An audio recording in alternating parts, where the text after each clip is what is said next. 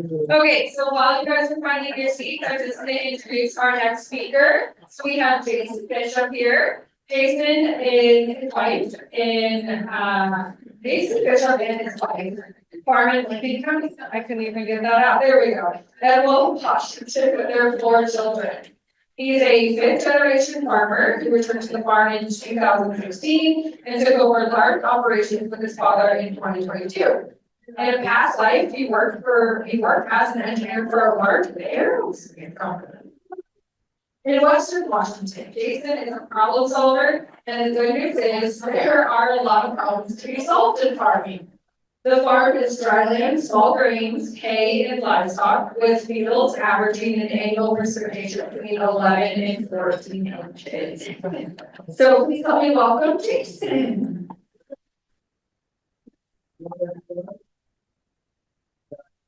Slides to show you. I'm gonna try to go fast. There's no words, so like Chris said, he's doing the grant. I'm doing like finger paints. It's just like really simple. Yeah, the introduction covers most of this. It's our farm. See if I look at this advance. The other ones. Which one? He worked for Boeing and gets money. It's the there's Maybe not. okay. Can I show you that? Oh, there, now works. Okay, so this is my family, my wife, and our 4 children, and we were Christmas tree hunting in the pasture. This is where Edmond is, in case you don't have never heard that location before. We got Spokane, so we're between I-90 and Highway 2 from Sprague. We're just up here, up in that direction, using a frame of reference. Headwall, this is not taking. Yeah, this is, we don't farm this though. This is the good ground, so we farm the channels outlands around the edges of that wall. So it's I love this picture. This is our farm. This picture was taken in the 1950s. This was before the barn started falling over and we had to take the top off it and put it in bin. But we live in this house now. My parents built a home right here when I was 10, and we lived on the farm growing up. 5th generation farmer. This is my great uncle Albert. I love this picture because I love machines, and I think it was so cool to have this machine today. I don't know where it went. Let's try to scrap it up somewhere. Here I was in a former life. This is 737 line in Washington. My job was a manufacturing engineer, so I would take all the complex engineering and translate that into a language that the shop labor is able to do all their work with. And so I like to take the complex things and make them easy to understand. And it was a really fun job. And I had spent about 10 years of my life doing that. And I just had this innate sense that I wanted to come back to the farm. And that really came clear when I went to Nepal on a mission trip with my church, medical mission trip, and had a chance to see how people lived in another completely different context. And I was watching little children play in the dirt and just having fun and big smiles on their faces. And I was thinking, man, do we really need to have like where we're at? Do I really want to raise my children in suburban Seattle, Washington? And so my wife and I started thinking maybe we might want to make a change. The other thing that really affected me, going on the farm, I was told by my parents I shouldn't farm because there's no money in farming. You need to go get a 4-year degree, get out of here, make a career. And so I took their advice and I did that, much to their disappointment. I came back to the farm. But a part of my story is that I have an autoimmune disease It's called ankylosing spondylitis, and it's arthritis. And so I found that what I eat actually affects how I feel. And so I came across this book called Wheat Belly. And at first I was just angry at the book because it's like demonizing wheat, something that my family's been raising for generations. But then I was thinking, maybe there's something to this, because I had some gluten sensitivities. So like you open up the book and the first few pages, it starts talking about einkorn and the original wheat. And I had no idea about all the stuff that Ian talked about this morning. So I was researching all that, and I thought, maybe I could get some einkorn. Maybe my gut would actually tolerate einkorn. So in Seattle, we started growing einkorn in our backyard just to see if it would like actually grow. And sure enough, it did grow. It's my daughter Evelyn, she's now 14, but that's a while ago. So long story short, a series of circumstances, we decided to sell our house and come back to the farm. And we bought an RV, and we lived in this RV until my grandfather passed away, and then we moved into the farmhouse. This was an idea. The farm is only 1,500 acres. And so my parents are like, you need to figure out something else to do while you're waiting for your father to retire. And so I was trying to figure out like, how do I add value to the farm?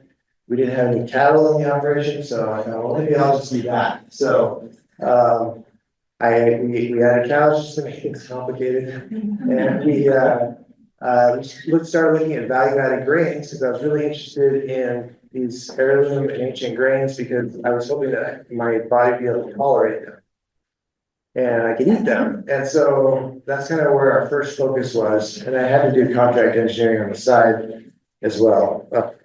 So that kept me pretty busy. So in order to take a very small amount of grains and make them big, I had to start making lots. So I invested in this little pasture pleaser drill. It's like 5 feet tall. This is my plot drill, and I had to get a plot combine. So I picked up an old AC, and I used that for plot work. This is a photo of so my dad was gracious enough to let me try and do some experiments in a few areas. And so this is one of my first experiments, which was the 20-acre piece that we usually cropped in the recent past. But prior to that, it used to be a hay ground. It's a really awkward piece. And so I thought, well, maybe I'll try doing triticale and peas and doing a cover crop in here. So I ended up grew it and I split it into 3 parts. I did one section was I hayed it, the other section I mowed it, and the other section I let it go to full grain. And then I took the grain and then we fed some cows and chickens with it. And I was hoping to see like, would there be a difference the next year following, which I never saw. But the other disappointing part of this was I didn't do weed control, so I had mayweed. And then the mayweed that went into that grain went into my feed, and the feed went into the chickens. The chickens were moving all around the farm, and then I had mayweed everywhere the chickens were. That was a mess. It's still a mess. So don't do that. This is my neighbor Mark Klein, and he was really curious, like what I was up to, because it's not what everybody's up to. And he asked me to come over and see the cover crop for him with my little drill. And so we did that and we had some amazing success. I think this is 2017. That was a really wet spring that year. And we just had tremendous growth. This was sorghum and sunflowers and turnips down the bottom, radishes. It was pretty impressive to see. So my next trial was Mark came over and he said he'd help me do some this is a mix. So we got in one row I have Virginia clover, and another row I have streaker oats. Streaker oats is a potato, and so again I'm looking for gluten-free options that I could eat. And so I grew these together. And then we ended up, and a little bit to the other side, I had a mix of sunflowers, I think, that I was wanting to see what sunflowers would do. And it turned out really nice towards the harvest time, so that's kind of what it looked like. The next thing we tried was goats. So I thought, well, we have all this sagebrush. Goats are supposed to be, they're eating brush, so maybe I'll just get goats and they'll eat the brush.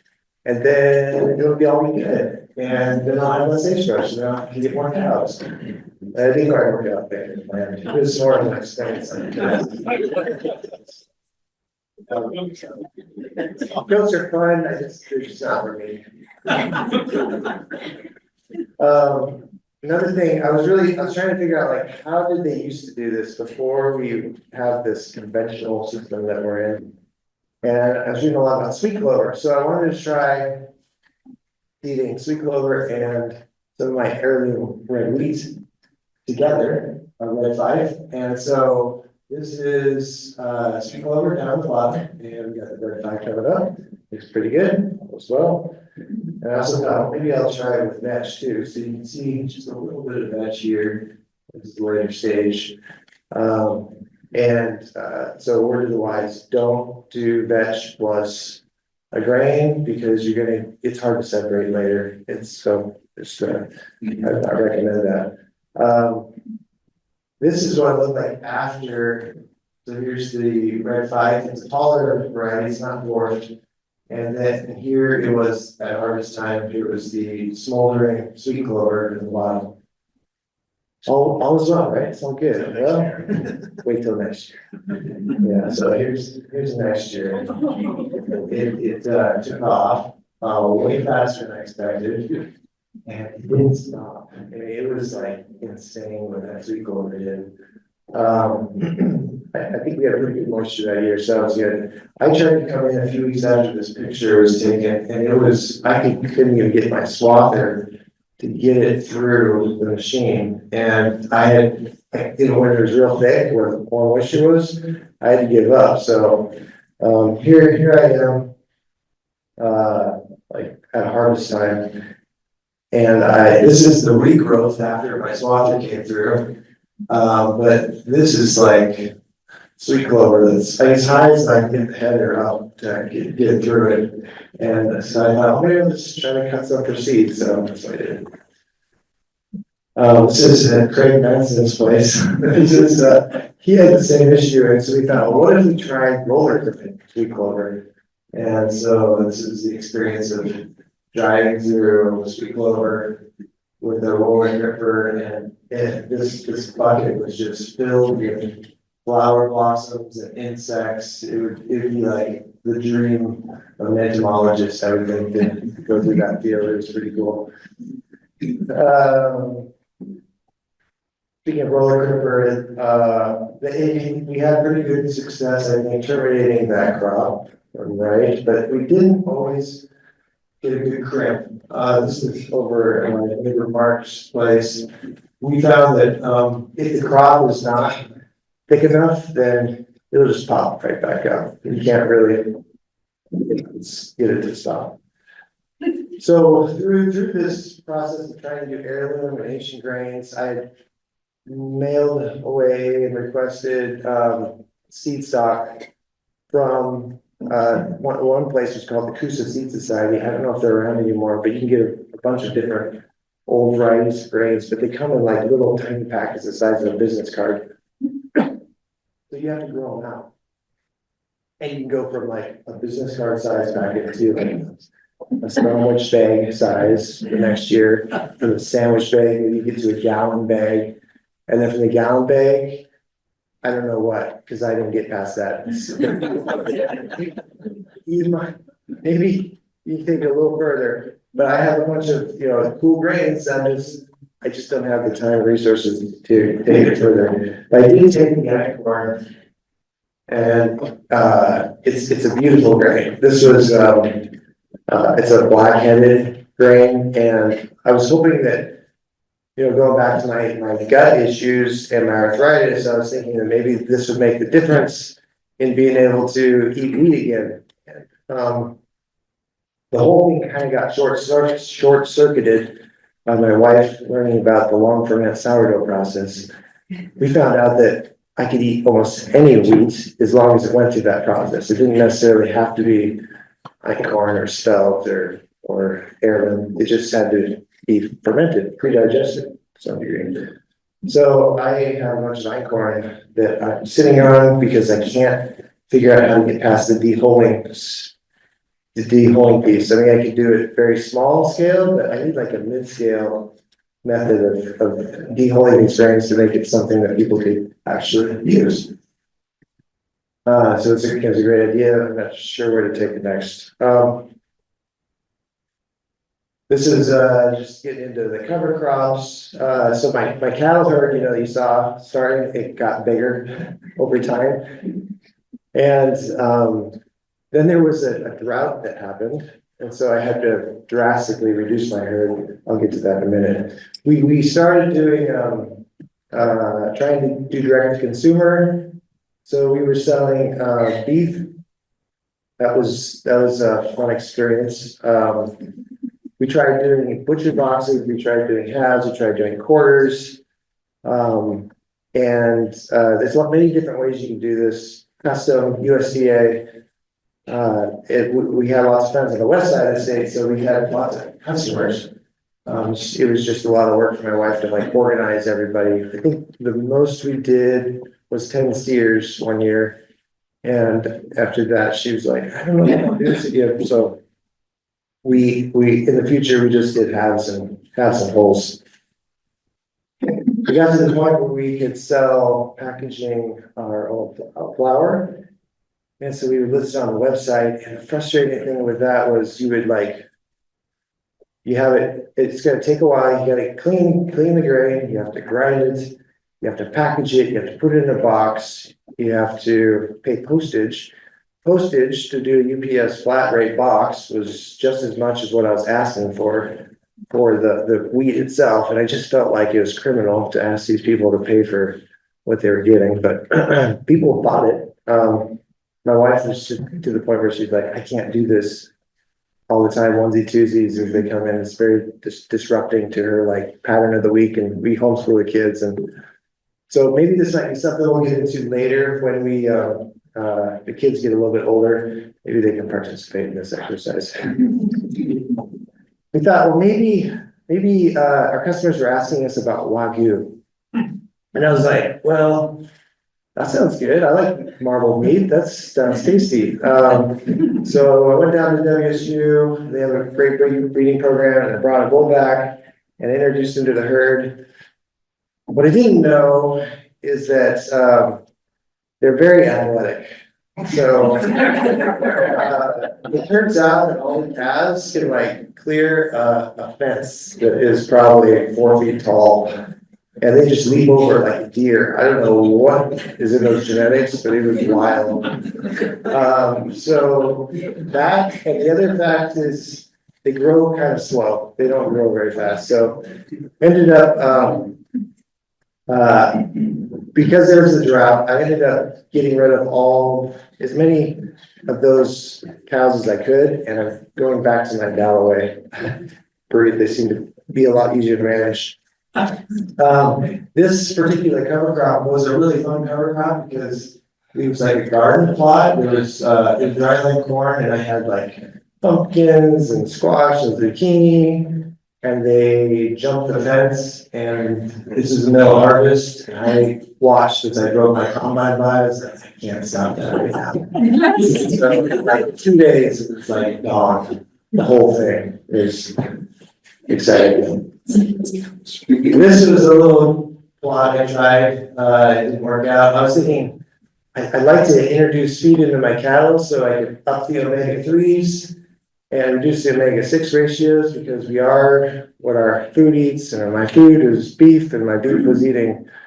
I wanted to eat more omega-3s, and so I thought maybe I'll try doing some chia. So this was an experiment growing chia, and the chia did not have a very good drought tolerance. So,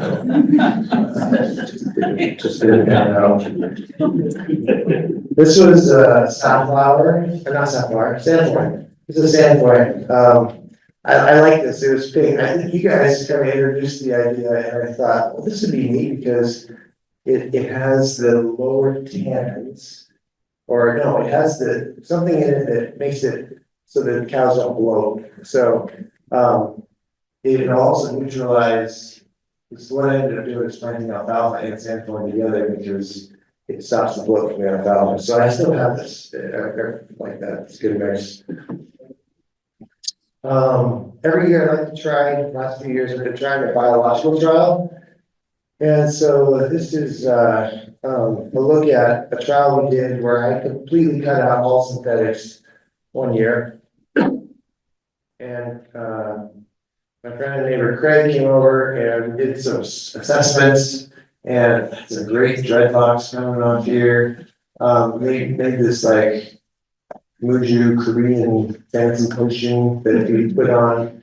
So we put it on the seed, we put it on the in the band, and it was really cool because you could see like little mushrooms like popping up in here. So I was thinking the fungal ratios was getting up there higher. And I was super excited about it, because when I went out to look in the fields, you could see this field stayed green long into, that year we had like this week of 100, I think it was over 103 for like seven or 8 days. And this crop just persisted on, and there's got to be something there, but it could have been the heirloom variety of wheat. It's just a longer growing day, and it was planted later. But all said and done, it only, well, I'll show you that real quick. But this, you might be wondering what this grain is. That is the millet trial that I was doing with the WSU Sarah. And that stuff's amazing. Like, the millet state is green deep into summer, like early September, October. In fact, it doesn't really stop until it gets froze out. So back to the wheat. I ended up harvested. This was red 5, and this is Rouge des Blancs d'Or, French sheep. And it turns out I got like 15 bushels the acre on it, which seemed like a big loss. But when I came back the next year, I foolishly seeded winter wheat into this in a recrop. And of course, I had volunteer red wheat coming out the back of the combine, which was a bad mix. I still have that mix in a tank. But the cool thing was that this where I did this biological treatment, it doubled the yield than the standard business as usual synthetic treatment I had before. So I think there was doing something in the soil there. I wish I could have measured it better. Of course, there was red wheat out there, but I don't think it was that much red wheat. Another experiment we tried doing. Cooperative garden with our neighbors. So this took a lot of time this year. We made like more carrots and corn and potatoes and onions than anyone would ever need personally, but it was a fun growing experience to see all that work out. And I think there's a lot of potential to involve the communities on our farms doing this sort of thing. I mean, I have all the tools, I just don't have the time or the labor to do it. I got the seeds and everything. Here's millet. Millet is a long season grass, and it just I've seen it where it's amazing.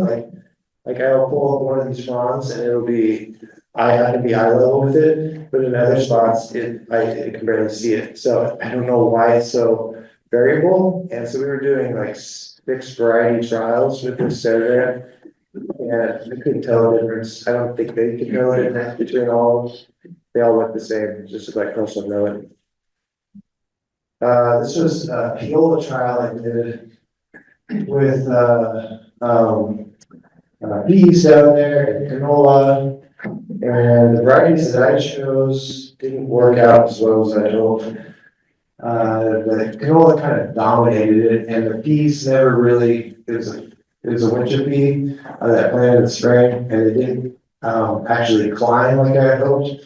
So you can kind of see the line where they're down below, and canola on top. My neighbor, he did Austrian winter peas and an older variety canola that's not as aggressive as this canola variety. He did a lot better than I did. Another crop I tried was camelina, and I really like this plant. I think this has a place. It's very winter hardy, and it matures pretty quickly. So I'm wondering if I could possibly utilize it as something. Of course, it depends on summer rains, but I might be able to double crop. Maybe I can set myself up with winter canola with it, because it can mature pretty early in the season if I plant it in the winter. This is just showing a cover crop mix. I like to look at a rainbow. This one here is a biological wheat trial. And in this instance, I tried doing a red clover with the wheat I usually plant. I think this is Louise. And see, I got a picture. There it is.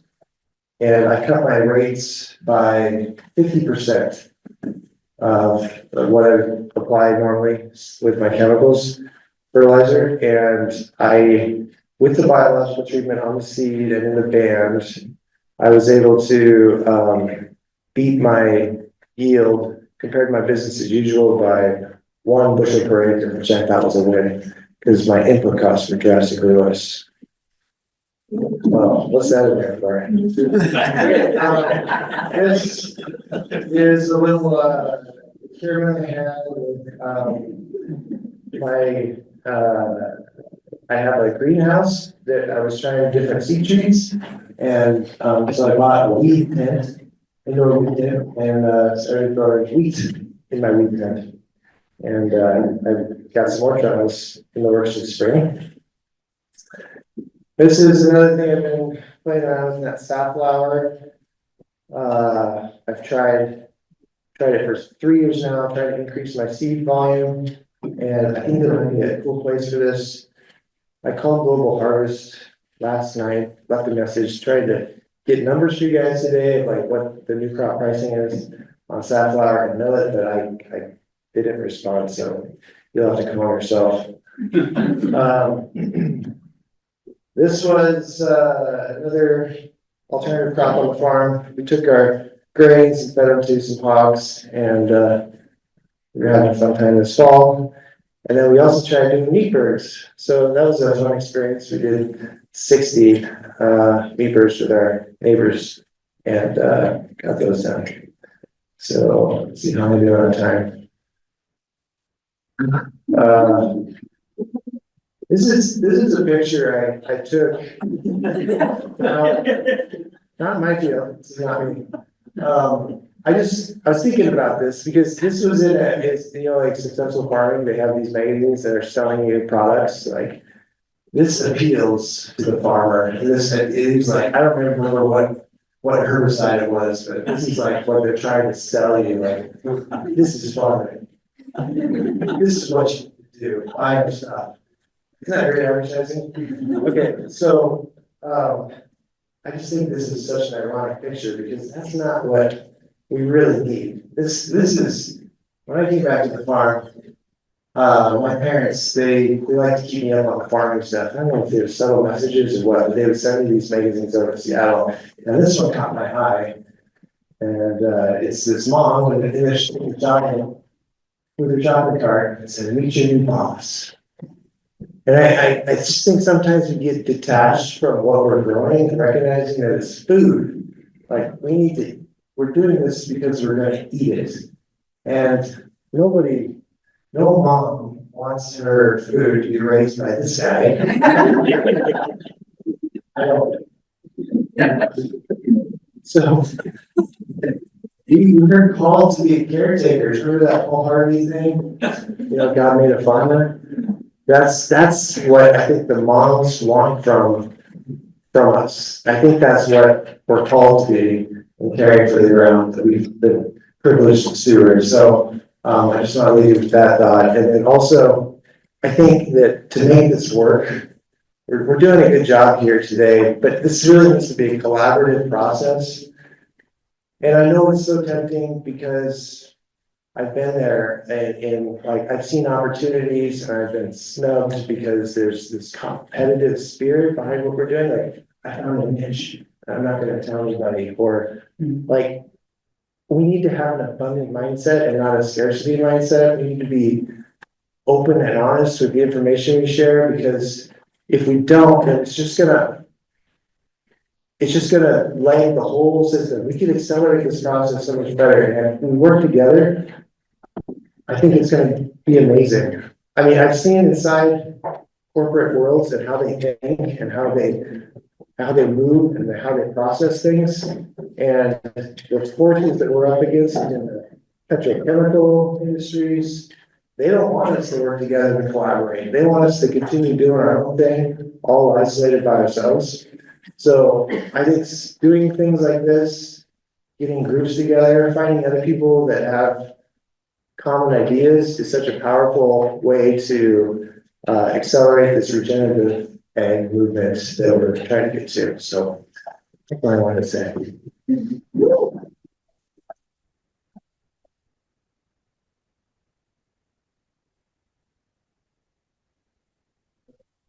Thank you. Hit me.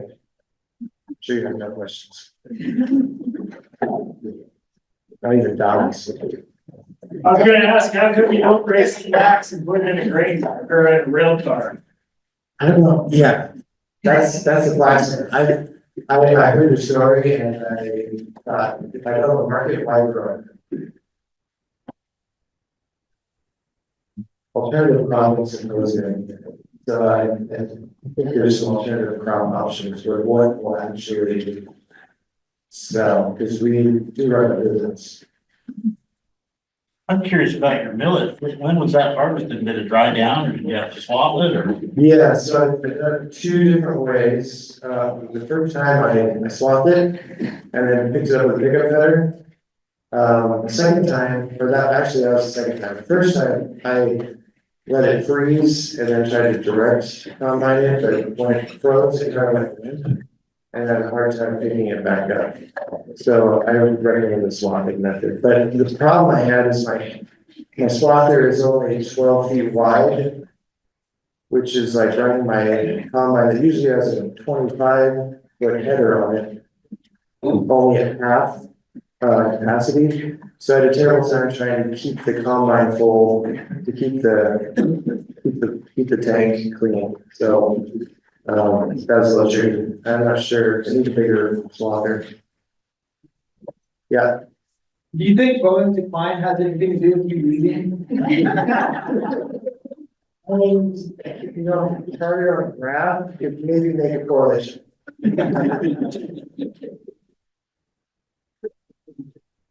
Yeah, that Air Force One program. That's probably where I'm going next. Just like, yeah. What's your next year's trial? This year's trial. I had a kick in the butt here last year with my biological trial, so I wanted to get that again with more intent and purpose. So that is going to be a portion of it. And then I think I'm going to do so the holy grail for me is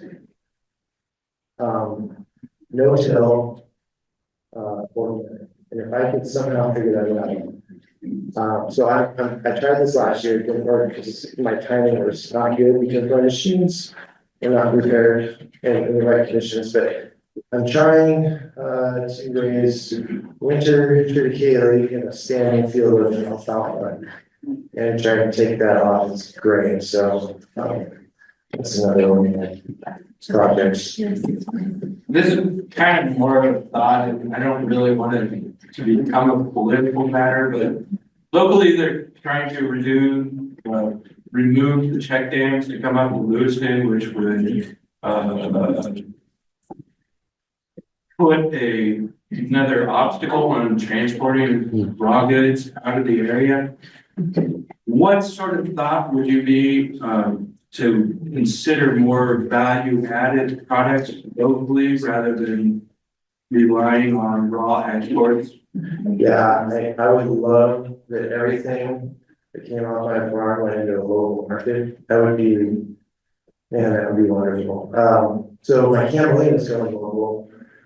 I'm doing some heirloom wheats that are local, but everything else I have to dump on the commodity system, which I'm just not happy about. Yeah, the lower snake dams, it's a politically touchy subject. I don't know if I want to step in that. Okay. Well, if we have any other questions, Jason will be here, so thank you. Oh, yeah, I have the cards in the back on the table, if you want my contact information, I put it back there, feel free to ask me any question anytime, I have an open book, because we have to be, abundantly minded, open minded.